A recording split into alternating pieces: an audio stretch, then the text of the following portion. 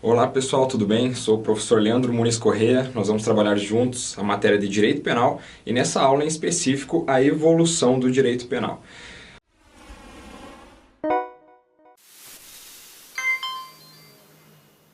A título até de desabafo, gostaria de fazer um comentário que, via de regra, os alunos, quando se deparam com essas matérias mais introdutórias, que façam uma análise histórica, tendem a torcer o nariz. E o que eu quero dizer com isso? Existe uma falsa, e aí eu sublinho a palavra falsa, impressão de que essas matérias introdutórias, propedêuticas, não possuem uma aplicabilidade prática. E aí, em decorrência dessa falsa impressão, surge aquela falsa crença de que matérias introdutórias não se tem muito importância, não se tem muita aplicabilidade prática, e face à ausência, então, dessa utilidade da matéria, ela fica escanteada, ela fica de lado. E, mais uma vez, isso não é verdade. Nós precisamos entender, sim, a evolução, o início, para que saibamos analisar hoje como funcionam as instituições, como o direito penal é aplicado, por que é aplicado, e principalmente para que não incorramos naquilo que o professor Eveni Stallone classificou como cultura do pitaco, que é a facilidade que tem a população de opinar, de trazer verdades sobre o direito penal, sem ter aquela propriedade, sem ter aquele respaldo. Haja vista, já temos uma doutrina pesada que estudou muito daquilo que tende-se a se discutir com essa superficialidade. Então, para evitar isso, para que possamos discutir com propriedade, vamos iniciar a nossa aula. O direito penal se inicia naquilo que é classificado como direito penal primitivo, ou seja, não existia codificação, um misto de misticismo e emocionalismo é o que rege o direito penal. A sociedade, que nem era uma sociedade, haja vista a falta de organização, a população, o povo daquela época, acreditavam que sinais naturalísticos eram comunicação de divindades com eles. Então, basicamente, um raio caía em uma árvore, isso se tratava de uma mensagem divina, provavelmente de rebeldia, de raiva, haja vista esse povo estar fazendo algo que descontentava, então, essa divindade. O direito penal não possuía uma codificação, não existiam códigos formais escritos como nós conhecemos hoje. Então, é justamente a soma desses critérios muito emocionais e pouco racionais que fazia essa interpretação até distorcida, hoje nós podemos dizer, daquilo que hoje compreendemos como sendo eventos naturais, eventos oriundos da natureza, né? A segunda fase é a chamada Era da Vingança. E aqui eu abro um parênteses, que existe doutrina que entende que a Era da Vingança se inicia com a vingança divina e num segundo momento, então, teríamos a vingança privada. Não é de todo errado, mas os doutrinadores, minoria, que entendem dessa maneira, acreditam que estas sociedades primitivas, que faziam essa interpretação dos fatos naturalísticos, apresentaram a primeira era do direito penal, quando na verdade não se podia chamar de direito penal o que era aplicado. Tratava-se mais de uma interpretação fenomênica, uma interpretação da natureza, e que por vezes, haja visto um sacrifício que era direcionado a atender a divindade, possuía um caráter talvez penal, mas direito penal mesmo se inicia com a fase da vingança, e a primeira dela, vingança privada. No segundo momento nós temos a vingança divina e progredimos então para a era da vingança pública. Veremos cada uma delas na sequência. O surgimento dos primeiros princípios penais decorre dessa fase, dessa era de vingança. Então veremos que o direito penal evolui à medida que a sociedade se modifica e os pensamentos, o racionalismo, a igreja saindo ou entrando no poder são fatores que contribuem para que surjam então os princípios penais que nós conhecemos hoje. Não exatamente como conhecemos, mas poderíamos dizer que são os embriões do direito penal como nós conhecemos hoje, tá ok? Vingança privada. Sendo essa, então, a primeira fase do direito penal, ela consistia no revide. Então, de forma pouco jurídica, para tornar mais objetivo, para tornar mais acessível, né, o conteúdo, pense na situação em que duas pessoas de um determinado povoado, que moravam próximas uma da outra, e um desses vizinhos ia lá e matava a vaquinha do seu vizinho, a mimosa. A vaca, então, que era responsável pela subsistência, por prover o leite dessa família, era morta em decorrência de algum ato desse vizinho. O vizinho que era o dono da mimosa poderia responder da forma como lhe parecesse conveniente. Ele poderia ter fogo na casa do vizinho que matou a mimosa. E aí você pode pensar, professor, ter fogo, isso não é demais? É pouco razoável, não é proporcional. E é exatamente essa palavra que a gente sublinha aqui, proporcional, porque se trata, então, da discussão de existir ou não, dever ou não existir proporcionalidade nessa retribuição. É justamente nesse contexto que surge a Lex Talionis, ou Lei de Talhão. São as primeiras codificações que trazem preceitos de ordem jurídico-penal. A Lei de Talhão todo mundo conhece, pela famosa frase olho por olho, dente por dente, e por mais bizarro que hoje isso possa parecer, já visto estarmos numa era de direito penal muito mais humano, naquela época foi muito grande o avanço que representou a adoção desse conceito de olho por olho, dente por dente. Porque pense, nesse mesmo exemplo, o vizinho que matou a mimosa, que matou a vaquinha, não mais poderia ter a sua casa pegando fogo como resposta do dono da mimosa enfurecido com a ocorrência da morte de sua vaquinha. O que aconteceria nesse momento seria, ele teria o direito de matar a mimosa do vizinho, matar uma vaca, matar um animal, ou seja, deveria haver uma proporcionalidade, deveria haver uma equivalência na resposta. Não mais o revide poderia ser orientado da forma como lhe parecesse conveniente, como era o caso de todas as ações e resposta a crimes, que nem eram crimes ainda, mas a atos que lesionavam o patrimônio de outro. A resposta se dava da maneira que ele entendia correta. Depois da lei de Talhão, não mais. Agora é olho por olho, dente por dente, e isso então consagra um avanço que traz os primeiros traços do que hoje nós chamamos princípio da proporcionalidade. Sem dúvida nenhuma, é neste momento, então, que se inicia uma racionalização do direito penal. Por mais distante, por mais crua, prematura que possa ser somente esta medida para todo o direito penal e tudo que o direito penal significa, naquele momento é um avanço de extrema relevância. Passamos então para a segunda fase do direito penal, a fase que nós chamamos de vingança divina. Há uma organização da sociedade. A igreja assume uma posição de destaque, assume uma posição de liderança. Em decorrência dessa posição de liderança, ela passa a tutelar, a proteger os seus interesses e utiliza para proteger esses interesses o quê? Direito penal, mais uma vez. Então, nessa época que surgem os chamados tribunais eclesiásticos, é que sacerdotes da igreja é que praticavam, operacionalizavam as penas. Então, para todos os fins, quem tinha a caneta na mão mesmo, quem definia nessa época, era a igreja. Existia, sim, a figura do Estado se organizando, mas quem estava na ponta da pirâmide hierárquica social, sem dúvida nenhuma, era a igreja.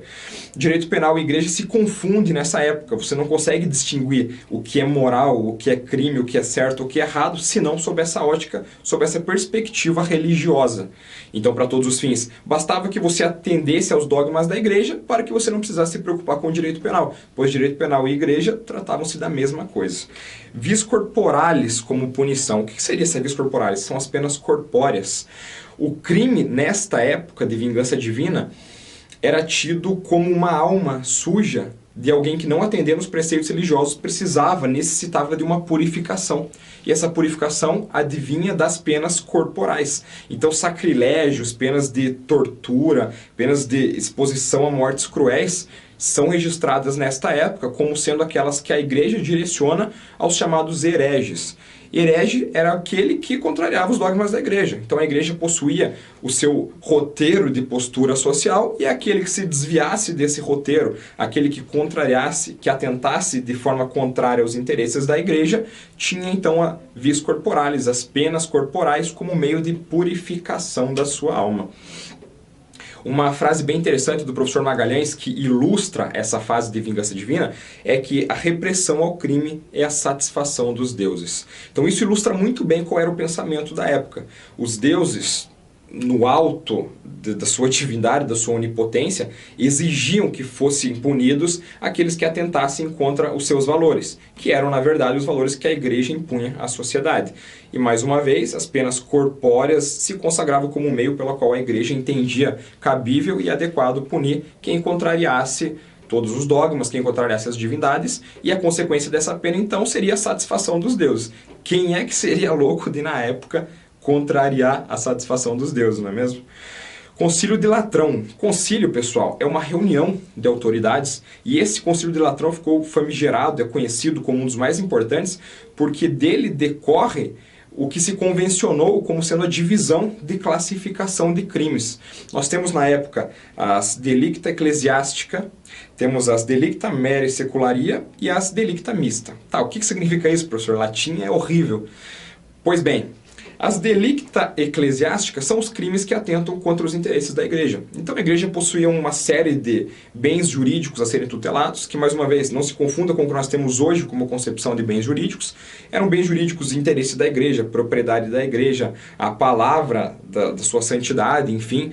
Qualquer coisa que a igreja rotulasse como sendo digna de proteção jurídica penal, o era. E aquele que contrariasse, mais uma vez, tinha o seu corpo como objeto de pena para ser purificado. Por sua vez, os crimes delicta meri secularia eram os crimes que atentavam contra outros bens jurídicos que não aqueles que a igreja gostaria que fossem protegidos com uma maior importância. Então, os delitos divorciados dos interesses da igreja eram os mera secularia. E os mista, delicta mista, são aqueles que atentavam contra os dois. Então, um agente com uma conduta atenta contra a igreja e, ao mesmo tempo, contra bens jurídicos que a igreja não se importa muito, se é que podemos falar assim. Então, o que é interessante nesta época e o que é importante a partir dessa divisão? A pergunta que fica: se um agente da época comete um crime que atenta tanto quanto um princípio, um valor, um bem jurídico da igreja, e também, de forma paralela, a um bem jurídico que não era da igreja, o mera secularia, o que acontecia? Nós temos registros de que o tribunal que fosse responsável por atender no momento primeiro, ou seja, o primeiro tribunal que tomasse conhecimento e instaurasse um processo, instaurasse um procedimento para sentenciar, para julgar então esse cometimento de crime, era aquele que daria seguimento no julgamento. Então, o ius preventus que nós conhecemos hoje, aquele que primeiro despachar fica sendo responsável, tem como embrião, talvez, este momento aqui.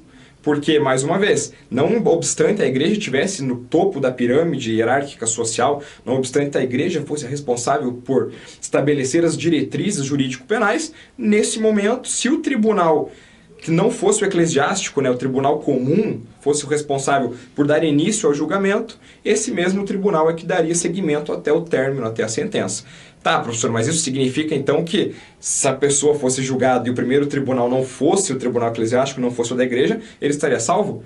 De forma alguma. Até porque, como dito, não se trata de a igreja sancionar e punir dentro do seu quintal, dentro somente do seu tribunal, mas sim um regime jurídico que se instaurou. Então a era de vingança divina estabelecia que toda a sociedade, toda a população da época estava sujeita a esses ditames, a esse rigor oriundo da religiosidade, oriundo da igreja estabelecendo o direito penal. Então, ainda que você fosse para outros tribunais, aquele tribunal estaria viciado, por assim dizer, por essa condição de vislumbrar a aplicação da pena, de enxergar o direito a partir desta realidade religiosa, desta realidade de vingança divina.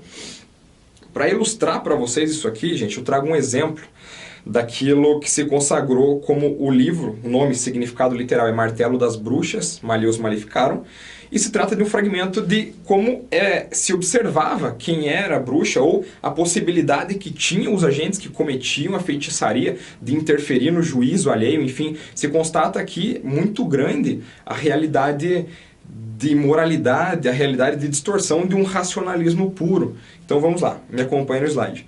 Existem aqueles que com encantamentos mágicos tentam tirar a vida das pessoas inocentes, que convertem as paixões das mulheres em toda classe de luxúrias, e esses criminosos devem ser jogados aos animais selvagens. E a lei permite que qualquer testemunha seja admitida como prova contra eles. Então observem, o réu, nesta época, era tratado como mero objeto do processo. Você não era um sujeito de direitos. Não havia princípio da dignidade da pessoa humana, princípio da dignidade das penas. O que ocorria aqui, a bem da verdade, era, se a igreja apontasse o dedo e acreditasse que a sua penalização serviria como martírio, serviria como um marketing para propagar, para se fazer fixar ainda mais estas crenças, você seria julgado. E qualquer testemunha, não existe a questão da testemunha ter ou não o real conhecimento dos fatos, não existe essa relação da testemunha de fato possuir ou não um motivo para querer te prejudicar. Se ela viesse e dissesse, ela seria admitida no processo e isso com certeza pesaria para que você fosse condenado. Vingança pública, pessoal. Essa, então, seria a terceira fase do direito mesmo. Se trata de uma organização do Estado, sobretudo política. Há um enfraquecimento, então, da igreja enquanto instituição. Ela perde esse enfoque e, até certo modo, perde a caneta do direito penal. A igreja não tem mais a autonomia de aplicar penas, não tem mais a autonomia de fazer o direito penal ser observado com esse viés religioso. Não quer dizer que a partir daqui não existisse mais influência de membros da igreja, mas agora eles funcionam como conselheiros do soberano, como conselheiros daquele que se encontrava na posição de liderança, se encontrava na posição de destaque. Regime absolutista. O Estado passa a ser então o detentor do ius poniendi, ou seja, o Estado organizado, político, avoca, traz para si a caneta do direito penal e fala, a partir de agora, quem diz o que será ou não, como será ou não aplicado o direito penal sou eu. E o Estado. E o Estado quem? Como nós conhecemos hoje, uma Assembleia democraticamente constituída? Negativo. Aqui nós tínhamos a figura do soberano, dos reis. Então famílias se perpetuavam no poder e os interesses dessa família, uma vez não podendo ser contrariados, permitiam as arbitrariedades de forma mais grotesca e bizarra quanto se pode imaginar, conforme nós veremos na sequência aqui. A pena passa a ser um meio de proteção ao Estado e ao soberano, ou seja, aqueles interesses da igreja que eram tutelados com tanto afinco são deixados de lado e agora os interesses do soberano e do Estado, que mais uma vez não é um Estado democrático de direito, mas sim o Estado, aos olhos, a tutela, a gestão, a administração do soberano, aquilo que ele contempla ou não, aquilo que ele entende ou não como sendo o Estado. Aqui o que se sobressai nessa época, gente, são chamados crimes de lesa majestade. O que são crimes de lesa majestade? O próprio nome quase autoexplicativo já nos induz a crer. São os crimes que lesam a majestade, são os crimes que lesam os interesses da majestade, os interesses do soberano. Aí você pode pensar, tá, mas então os interesses do soberano era a organização do seu Estado, a ordem política, aquela questão de traição que é muito séria para a época? Não necessariamente, pessoal. Conforme fragmento de ordenações filipinas que representam o ordenamento jurídico oriundo desta época, vocês vão verificar que, por exemplo, derrubar uma espada que foi fincada ao solo em homenagem ao soberano lhe traria consequência uma pena de morte natural e cruel. Nós já veremos o que significa isso. Penas de morte, mutilação e que transcendem ao apenado também são registros alusivos a essa época. Como assim, professor? Penas de morte, das mais formas variadas, mutilações, praça pública, tudo aquilo que você tem conhecimento, e que transcende o condenado, eu quero dizer que passam da pessoa do condenado. Diferente do que nós preceituamos hoje no nosso Código Penal, um pai, João, cometia um determinado crime que era considerado traição.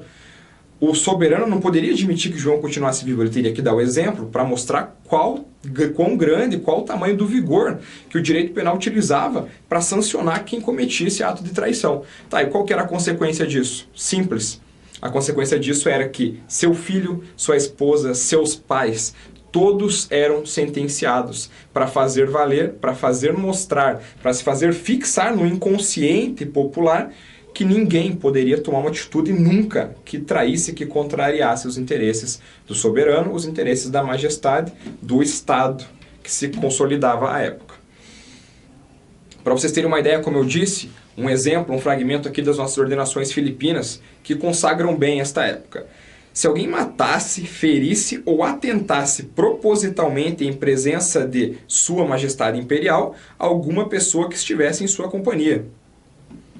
Se alguém, em desprezo do imperador, quebrasse, rasgasse ou derrubasse alguma imagem de sua semelhança ou armas imperiais por sua honra e memória. Então notem bem, Sua Majestade Imperial está caminhando nos jardins ao lado de um servo, e esse servo possui vários desafetos, um desses desafetos lhe agride ao lado, na presença da Sua Majestade Imperial. Qual era a consequência disso, será? O que vocês acham? Vamos ver logo logo. No segundo momento aqui nós temos a análise do crime que se alguém por desprezo do imperador quebrasse, danificasse, enfim, qualquer imagem ou símbolo que fosse colocado em sua memória ou em sua homenagem. Isso aqui é a honra do imperador que está sendo tutelado, né? Se pudéssemos distinguir, seria um bem jurídico honra e a consequência, por mais ínfimo que possa parecer o crime, era de morte. Parágrafo 1º, que traz então a sanção correspondente a quem atentasse contra a honra do imperador, a quem cometesse esses crimes. Em todos estes casos, e cada um deles, é propriamente cometido o crime de lesa majestade, e havido por traidor o que os cometer. Sendo o cometedor convencido, por cada um deles será condenado que morra a morte natural cruelmente. E todos os seus bens e títulos nobilárquicos que tiver ao tempo da condenação serão confiscados para a coroa do império. Então vejam bem, pessoal, quando fala-se em morte natural de forma cruel, o que isso significa? Porque morte natural, não sei para vocês, mas para mim a ideia de que eu vou deitar na minha cama e não vou acordar mais, que eu sonho que aconteça, inclusive bem velhinho. Mas o que quer dizer nesta época a morte natural mais cruel? Morte natural, para eles, é toda morte que não tem um fator externo ceifando sua vida. Você não está morrendo numa guilhotina. Você não está morrendo numa forca, você está morrendo de forma natural. Fome não é uma forma natural? Desidratação não é uma forma natural? É você e teu corpo. E eu não estou fazendo nada. Pelo menos esse era o pensamento da época, não que eu concorde. Mas o que era feito então? O pessoal que assiste filmes medievais, séries medievais também, deve se lembrar de situações em que uma gaiola é posta em praça pública e que as pessoas condenadas ficam nesta gaiola, embaixo do sol, embaixo de chuva, até que um dia venha a morrer. Por óbvio, por falta de alimentação, por desidratação, pelas doenças oriundas da má higiene da época, enfim. Esta é tida como uma morte natural e cruel. Eu não matei, eu simplesmente deixei ele na gaiola. Ele morreu porque não bebeu, porque não comeu. Essa morte é natural. Absurdo, mas é assim que funcionava o direito penal.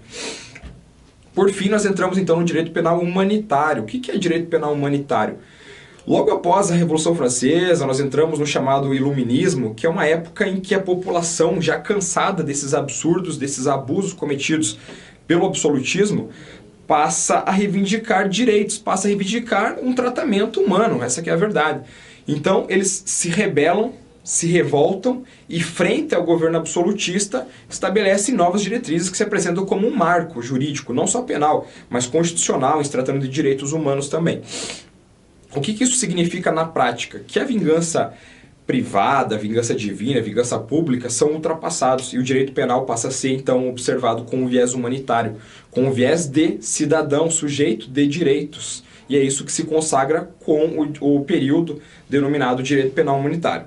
Humanismo como fronte ao absolutismo, deixei no slide para que vocês possam utilizar esse material para consulta. Esse material fica disponível no site, então vocês podem baixar. Essas palavras-chave são mais para vocês utilizarem depois para relembrar o que nós assistimos em aula. Então fiquem à vontade para guardar esse material, para mandar sugestões, enfim. Cesare Beccaria, com seu livro Dos Delitos e das Penas, é sem dúvida nenhuma um dos, se não o maior responsável, o maior nome desta evolução humanitária do direito penal. A sua obra é a primeira que, diferente de tudo aquilo que se ouviu, que se viu até então, vislumbrava uma racionalização do direito penal. A partir de agora, o direito penal vai ser visto com uma finalidade. Qual que é o fim do direito penal? É tutelar, proteger somente interesses de uma pessoa, de uma instituição? Negativo. A pena serve para quê? E a pena, dessa forma cruel, será que ela realmente atinge um objetivo? Qual é o objetivo? Isto são perguntas que são respondidas, num primeiro momento, por Cesare Beccaria no Delitos e das Penas. O Delitos das Penas, que é a sua principal obra, sem dúvida nenhuma. A Declaração dos Direitos do Homem é um documento que surge, então, logo após a Revolução Francesa. Nós temos Maximilien de Robespierre como sendo uma das figuras caricatas da época, um dos responsáveis pela Revolução Francesa, que culminou, então, nesta época de direito penal humanitário, sem dúvida nenhuma, mas vários são outros doutrinadores que se destacam, como Hobbes, Jean-Jacques Rousseau. Todas essas discussões de cunho humanitário, de cunho jurídico, de cunho social, de cunho principalmente filosófico, incidem num segundo momento no direito penal muito diverso do que era a época e muito mais próximo do que nós temos hoje, justamente por essa visão humana, por essa visão humanitária, que dá o nome, então, de direito penal humanitário. Uma última observação para vocês entenderem e fixarem bem como funciona ou como funcionou ou com o advento desse direito penal humanitário, qual foi a consequência disso. Após esta fase de direito penal humanitário, nós temos a consagração de alguns princípios, principalmente extraídos da obra de Beccaria, princípio da legalidade, princípio de presunção de inocência. Esses princípios são albergados, são trazidos pela obra de Beccaria como sendo necessários a uma correta aplicação do direito penal. E é justamente com base na fixação, na consolidação e principalmente na internacionalização desses princípios que o direito penal começa a crescer, começa a ser discutido, porque até então era algo que não poderia ser feito. Como disse para vocês, o direito penal na época de vingança divina tinha como propósito somente proteger os interesses da igreja. Então, se alguém se contrapusesse a esses interesses, se alguém por algum motivo afrontasse a igreja, a pena de morte, através da vis corporalis, como nós vimos anteriormente, era um destino certo a esta pessoa. Num segundo momento, em se tratando da chamada vingança pública, como vocês viram, você derrubar um busto que estava colocado em homenagem ao imperador, em homenagem à majestade, era o suficiente para que você fosse punido com a morte. Imagina o que seria, então, pensar o direito penal. Imagina chegar para sua majestade e falar: majestade, não acredito que seja razoável matar alguém por simplesmente derrubar um busto em sua homenagem. Ninguém é obrigado a gostar de vossa majestade, ninguém é obrigado a concordar com vossa majestade. O que vocês acham que aconteceria? Pena de morte, não natural. E cruel, provavelmente. É isso que a gente conseguiria visualizar como consequência, como repercussão de um ato dessa natureza. Então, com o iluminismo, nós temos a liberdade de pensar, de racionalizar o direito. E é justamente com essa liberdade que se iniciam vários estudos, que se destacam vários doutrinadores, e esses princípios, essa visão humanitária se consolida, se internacionaliza e somente se expande, até chegarmos no que nós conhecemos hoje, né? Que é um direito muito principiológico, que tutela e que visa fugir dessa característica, dessa sombra inquisitorial, que por muito tempo foi o norte do direito penal, principalmente nessa época de vingança divina. Fugimos de arbitrariedades, de exceções que eram praticadas na época de vingança privada e temos, então, o réu acusado como um sujeito de direitos, como alguém passivo de presunção de inocência, até que se prove o contrário. Não obstante, na prática, nós vejamos que existe controvérsia na aplicação correta desses princípios. Teoricamente, o que consta na nossa legislação e que para fins de estudo é o nosso objeto, sim, é assim que ocorre. Tá ok, pessoal? Como eu disse para vocês, existe uma falsa impressão de que essas matérias não possuem aplicabilidade prática. Para comprovar para os senhores que não é assim que funciona e que esse nosso direito penal apaixonante possui sim uma aplicabilidade prática, mesmo quando de sua análise histórica, mesmo quando a análise da evolução do direito penal, eu trouxe para vocês decisões dos nossos tribunais em que os ensinamentos destes doutrinadores, oriundos desta evolução do direito penal, em que o conteúdo que eu acabei de passar para vocês é utilizado para respaldar a decisão. Ou seja, tem juiz aplicando o direito, tendo como base exatamente isso que eu passei. Essa é a prova absoluta de que possui pertinência e de que é necessário sim um estudo aprofundado, é necessário sim uma perspectiva do direito, tendo como alicerce o seu início. TJ do Distrito Federal. Aqui, se falando mais em objetivos de lei de execução penal, o magistrado entende que deve sim ser aplicado o direito penal sob essa perspectiva, sob essa análise, com esse fundamento histórico, e a letra do Ctrl+C, Ctrl+V, a letra do ipsis literis do julgado dele, traz exatamente essa concepção para a gente. Me acompanhem lá. Para proporcionar essas condições de plena reintegração social, para muitos utópica, e concretizar o sonho de Cesare Beccaria, sonhado há mais de 200 anos, é imprescindível a participação da família. Ou seja, pessoal, tem tribunais aqui nosso, vizinho, de qualquer lugar do estado, tenho certeza de qualquer lugar do país, em que vocês vão encontrar magistrado proferindo decisões de natureza penal, tendo como fundamento isso. Por quê? Porque isso é o berço do direito penal, não se tem como fugir. Quando se pede uma condenação exacerbada, o que você está querendo? Retornar uma época de vingança divina, de vingança pública, desculpe, de vingança divina. Então é justamente para fugir destas sombras, desse passado negro, por assim dizer, do direito penal, que nós temos que conhecê-lo, até para que não incidamos em discussões que já foram superadas, que já foram realizadas e que já possuem conclusões muito bem definidas. Tribunal de Justiça de Minas Gerais, outro tribunal.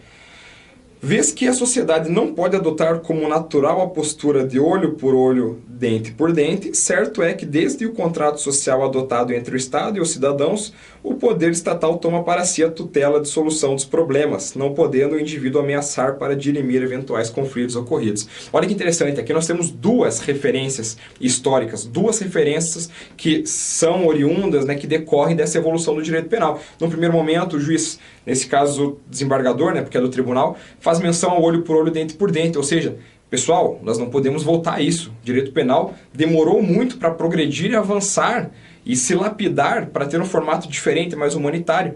Então, atender a um determinado pedido ou permitir determinada conduta seria incidir na mesma época, na mesma fase do direito penal de vingança privada, do direito penal da lei de talhão, do direito penal do olho por olho, dente por dente. No segundo momento, ele diz, desde que se adotou o contrato social entre o Estado e os cidadãos. Aqui ele está fazendo menção a Jean-Jacques Rousseau e seu contratualismo, pelo qual nós conseguimos extrair a informação de que hoje, ou desde que o Estado se organizou, nós cedemos parte da nossa liberdade para que o Estado organizado nos proteja, nos tutele, porque nós, por nós mesmos, incorreríamos em uma selvageria, essa que é a verdade. Então, quando você permite, por exemplo, que o Estado tenha uma polícia atuando, o que você está fazendo? Cedendo parte da sua liberdade. Eu estou permitindo que o Estado aponte determinadas pessoas como sendo responsáveis por punir em nome de um direito que também é este mesmo Estado que estrutura, para que ele possa me proteger de pessoas que não atendam aquilo que socialmente nós estabelecemos como sendo a postura correta a ser adotada em uma organização social. Então esse contratualismo de Jean-Jacques Rousseau também vem sendo utilizado, também fundamenta decisões dos nossos tribunais. TJ de São Paulo. O escudo argumentativo da autodefesa em zona rural não autoriza indivíduos a possuírem armamento de fogo ao livre-arbítrio, sob pena de retrocesso ao surumbático tempo da vingança privada, incompatível com o Estado democrático de direito. Quem aqui não conhece alguém que acredita que pode, por direito, possuir um armamento em casa, porque se trata da minha defesa, enfim. Não condeno, não critico, não é esse o objetivo da aula e nem vamos entrar nesse mérito. Mas o que este desembargador do Tribunal de Justiça de São Paulo apontou é que permitir condutas desta natureza seria retornar ao surumbático tempo da vingança privada, ou seja, de que cada um se tutele da maneira como acredita ser correta. O que, aos olhos deste desembargador e também sob a perspectiva de um direito penal humanitário, de uma organização do Estado Democrático de Direito, não pode ser visto como correto, porque para todos os fins, mais uma vez, nós temos o Estado que deve tutelar, assegurar a convivência pacífica, uma vez que cedemos parte da nossa liberdade para que ele assim o faça. Tá ok? Uma revisãozinha, pessoal, é meu modus operandi, vou sempre trazer aulas terminando com uma revisão breve para que retomemos de uma forma bem sucinta, bem objetiva o que falamos no decorrer da aula e assim talvez fixar até um pouco mais o conteúdo, aquilo que nós analisamos, tá ok? Direito penal primitivo é aquilo do misticismo, não existe codificação. As pessoas oriundas desse senso emocional até interpretavam os sinais da natureza como sendo decorrente de mensagens divinas, de revolta, de necessidade de fazer sacrifícios para atender interesses de divindades, enfim, mas não existe codificação, tá ok? Então, por isso, em muitas doutrinas nós não vamos encontrar esse direito penal primitivo como sendo a primeira fase. Eu trago porque existe, e existindo, por mais que numa quantidade pequena de livros, de doutrinas e cursos de direito penal, caso vocês venham algum dia ouvir falar, vocês já sabem do que se trata, tá ok? Vingança privada, lei de talhão. Lei de talhão deve ser a forma mais simples e objetiva de se fazer lembrar, para relacionar todo o conteúdo, para memorizar e servir até de gatilho, para que vocês retomem tudo aquilo que nós vimos. Lei de talhão, olho por olho, dente por dente, início então da proporcionalidade na resposta na aplicação de um direito penal. Vingança divina, igreja igual ao direito penal. Também foi a forma mais objetiva que eu encontrei de tentar fixar para vocês esse conteúdo. A igreja se confunde com o direito penal possui esse viés, possui a necessidade de tutelar quase que exclusivamente os interesses da igreja e as penas corporais são direcionadas àqueles que são considerados hereges, que são considerados como pessoas que afrontam os interesses, os ensinamentos, os dogmas da igreja. Vingança pública, crime de lesa majestade. Lembre que existe a figura do soberano e aquele que se contrapõe ao soberano, aquele que de qualquer forma afronta a soberania, o Estado, a honra da majestade, como nós vimos, tem a morte como pena. E aqui nós temos aquela situação interessante da morte natural, cruelmente, que só retomar no vídeo nós veremos novamente, caso seja necessário. Direito penal humanitário vem a declaração dos direitos do homem, a queda do absolutismo, a racionalização e a humanização do direito penal. Lembre então da Revolução Francesa, do Iluminismo e do surgimento dos filósofos, dos iuris filósofos, que são basicamente as pessoas que estudam e trazem conceitos novos para aquilo que sequer poderia ser discutido no momento anterior. Atualmente nós temos a consolidação e a internacionalização dos princípios penais. Tá ok? Pessoal, vamos encerrando essa aula. Espero que tenha sido tão proveitoso para vocês quanto foi para mim. Mais uma vez, é imperioso, é latente a necessidade de que se observe o direito penal sob essa perspectiva para que entendamos como funciona, para que entendamos como aplicar o direito penal, como enxergar o direito penal. E para não parecer algo tão abstrato, tão transcendental assim, a jurisprudência trazida, essas 3 decisões, tenho certeza que conseguem provar para vocês que existe sim aplicabilidade prática e que se os nossos juízes, desembargadores e até ministros estão utilizando esse conhecimento para fundamentar decisões, certamente independente da área a qual vocês queiram atuar, independente de ser uma área pública ou uma área privada, esse conhecimento será bem-vindo, tá ok? Um abraço a todos e bons estudos!